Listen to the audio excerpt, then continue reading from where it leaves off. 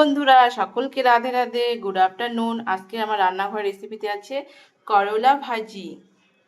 এটা হচ্ছে করলা ভাজি। এটা আমার বর খুব খেতে পছন্দ করে। এটা বরের খুব ফেভারিট করলা ভাজিটা। আর সাথে আছে স্যালাড। আর রান্না করেছি মাছের ডিম। মাছের ডিম দিয়ে, পুঁই শাক দিয়ে, আলু দিয়ে, বেগুন দিয়ে একটু মাখা মাখা করে করেছি। এটা তো মাছের ডিমটাকে চপ করে করা যায়, কিন্তু আমি মাছের ডিমটা সিদ্ধ করে তেলে ভেজে তারপরে শাক আর আলুর মধ্যে দিয়ে রান্নাটা করেছি। জানি না কে কীভাবে করে, বাট আমি তো এইভাবেই করি। দেখো কালারটা কেমন হয়েছে। আমি কিন্তু এইভাবেই করি।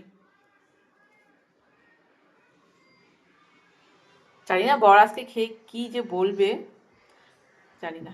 কিন্তু বর কি বলে না বলে তার আগে তোমরা কিন্তু কমেন্ট করে বলো আমার রান্নাটা কেমন হয়েছে।